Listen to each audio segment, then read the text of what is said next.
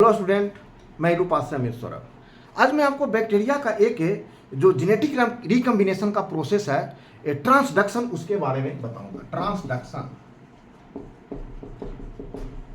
देखिए generally bacteria में तो सेक्सुअल रिप्रोडक्शन जो ट्रूली रूप से वो नहीं होता है, वो जेनेटिक रिकम्बिनेशन के तौर पे होता है, मगर फिर भी उसको हम लोग सेक्सुअल रिप्रोडक्शन के तौर पे लोग इसको जानते हैं। मगर वास्तविक सेक्सुअल रिप्रोडक्शन बैक्टीरिया में नहीं होता है। तो जो सेक्सुअल रिप्रोडक्शन है बैक्टीरिया में, वो जो जेनेटिक रिकम्बिनेशन है, जो तीन तरह से होता है। एक है कंजुगेशन, एक है ट्रांसडक्शन, एक है ट्रांसफॉर्मेशन।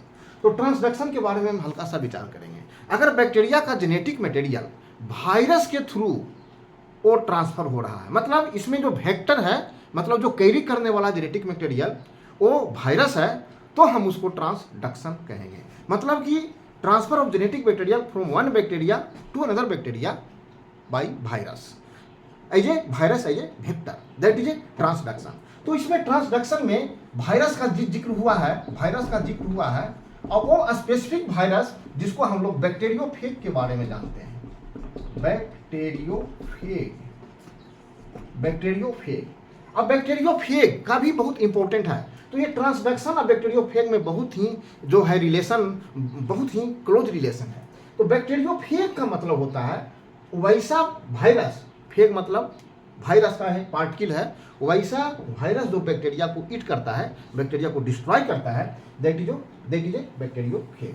तो बैक्टीरिया का डिस्ट्रॉय कैसे करेगा, यहाँ पर ही हमको कंसेप्ट है ट्रांसडक्शन में। तो ये बैक्टीरिया का डिस्ट्रॉय कैसे करता है, ये वायरस का जो जेनेटिक मटेरियल है वो बैक्टीरिया का जेनेटिक मटेरियल से रिकम्बाइन करके उसको डिस्ट्रॉय कर देता है, दैट इज ए बैक्टीरियोफेज।